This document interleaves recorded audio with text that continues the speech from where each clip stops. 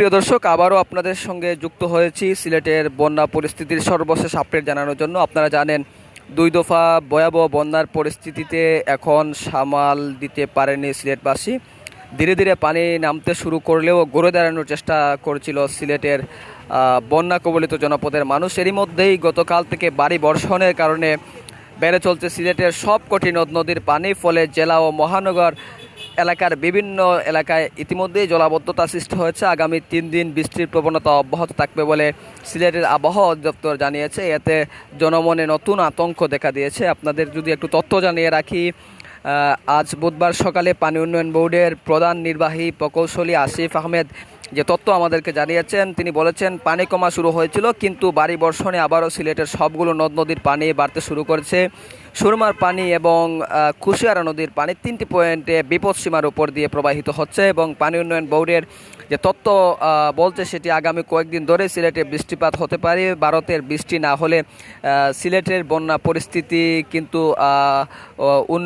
অবনতি হবে না এবং পাহাড়ি ঢল যদি নামতে থাকে তাহলে কিন্তু বন্যার আশঙ্কা থেকেই যাচ্ছে। এবং এই সূত্র আরেকটি বিষয় আমাদেরকে জানিয়েছে, সিলেটের গতকাল সুরমা নদীর যে পানি সেটি কানাইঘাট পয়েন্ট থেকে 29 সেন্টিমিটার এবং সিলেট পয়েন্টে 16 সেন্টিমিটার বেড়েছে। এছাড়াও কুশিয়ারা নদীর পানি শেওলা পয়েন্টে 1 সেন্টিমিটার বেড়েছে। লুবা নদীর পানিও পানি বৃদ্ধির কারণে গতকাল মঙ্গলবার থেকেই কিন্তু রাতের বেশিরভাগ এলাকা সিলেট নগরে জলমগ্ন হয়ে পড়েছে। উপশহর তালতলা, মির্জা জঙ্গল সহ কিছু কিছু এলাকায় বসত বাড়িতে পানি ঢুকে, কিন্তু সকালে থেকেই পানি নামতে শুরু করে। সেসব এলাকায় কিন্তু এখন আর পানি নেই, কিন্তু নির্ঘুম রাত পার করেছেন সিলেটবাসী।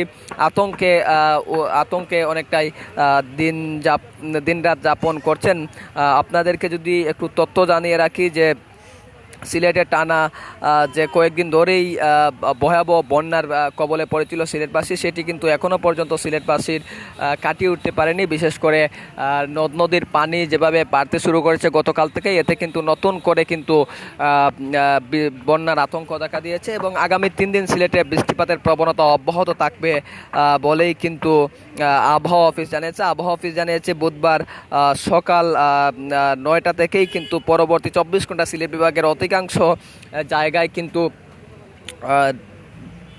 বৃষ্টিপাত হওয়ার সম্ভাবনা রয়েছে এবং অস্থায়ীভাবে দমকা হাওয়া সহ মাঝারি ধরনের বৃষ্টি এবং বজ্রপাত হতে পারে এবং কোথাও কোথাও মাঝারি ধরনের ভারী বৃষ্টি থেকে বর্ষণও হতে পারে। আপনাদেরকে যদি একটু জানিয়ে রাখি, গত 1.5 মাসের ব্যবধানে সিলেটের 2 দফায় বন্যায় ব্যাপক ক্ষয়ক্ষতি হয়েছে এবং গত 12ই মে থেকে সিলেট সহ বিভিন্ন উপজেলায় বন্যা দেখা দেয়। সে দফায় কিন্তু 10 দিন পর পানি নেমে যায়, কিন্তু 14 জুন থেকে টানা বৃষ্টি এবং পাহাড়ি ঢলে সিলেটের বন্যা পরিস্থিতির অবনতি হয়। ব্যাপক ক্ষয়ক্ষতি হয়েছে। সারা দেশের সঙ্গে অনেকটাই যোগাযোগ বিচ্ছিন্ন হয়ে পড়েছিল এবং সিলেটের সুনামগঞ্জ জেলায় প্রায় 3 দিন সারা দেশের সঙ্গে যোগাযোগ বিচ্ছিন্ন ছিল। এমন অবস্থায় জরুরিভাবে সেনা মোতায়েন করা হয়েছিল, উদ্ধার তৎপরতা শুরু হয়েছিল। আমরা এই মুহূর্তে আপনাদেরকে নদ নদীর পানি বাড়ার চিত্রই আমরা আপনাদেরকে দেখানোর চেষ্টা করেছিলাম। এর মধ্যে সিলেটের বিভিন্ন এলাকায় পানি নামতে শুরু করেছে, তবে গতকাল মঙ্গলবার থেকেই নদ নদীর পানি আবারও বাড়তে শুরু করেছে। এতে কিন্তু জনমনে যে উদ্বেগ উৎকণ্ঠা সেটি কিন্তু বেড়েই চলছে। প্রিয় দর্শক, আপনারা দেখছেন বাংলাভিউর সরাসরি সম্প্রচার। এই মুহূর্তে আমরা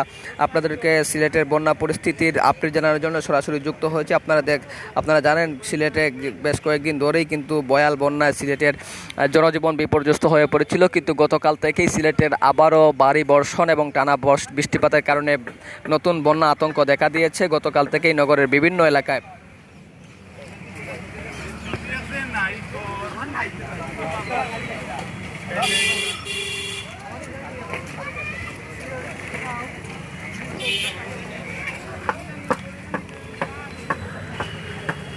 আমি দেখলাম না।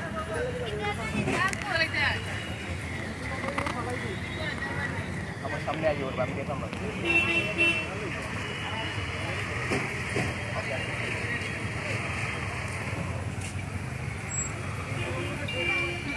দর্শক, আপনারা দেখছেন বাংলাভিউর সরাসরি সম্প্রচার। আপনাদেরকে বন্যা পরিস্থিতির সার্বিক আপডেট আপনাদেরকে জানাচ্ছিলাম।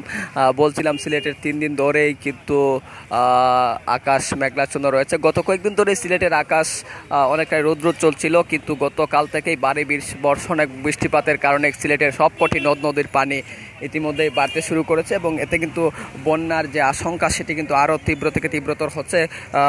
আবহাওয়া অফিস যেমনটি জানাচ্ছে, আগামী এক সপ্তাহ প্রায় জেলায় বৃষ্টিপাত হওয়ার সম্ভাবনা রয়েছে এবং এই বৃষ্টিপাত অব্যাহত থাকারও ঘোষণা দিয়েছে আবহাওয়া অধিদপ্তর। তারা বলছেন যে আগামী 7 দিন টানা বৃষ্টিপাত হতে পারে। এই বৃষ্টিপাতে সিলেটের তেমন নদীর পানি বাড়বে না, তবে বন্যা পরিস্থিতির অনেকটা উন্নতির যে সংখ্যা সেটি কিন্তু অনেকটাই অবনতি হতে পারে। এই ছিল সিলেটের নদ নদীর পানি বাড়ার সর্বশেষ তথ্য। আমরা নিশ্চয়ই পরবর্তীতে বন্যা পরিস্থিতির আপডেট নিয়ে আপনাদের সঙ্গে আবারও যুক্ত হব। ততক্ষণে ভালো থাকুন, সুস্থ থাকুন। সর্বশেষ আপডেট পেতে বাংলাভিউর সঙ্গেই থাকুন।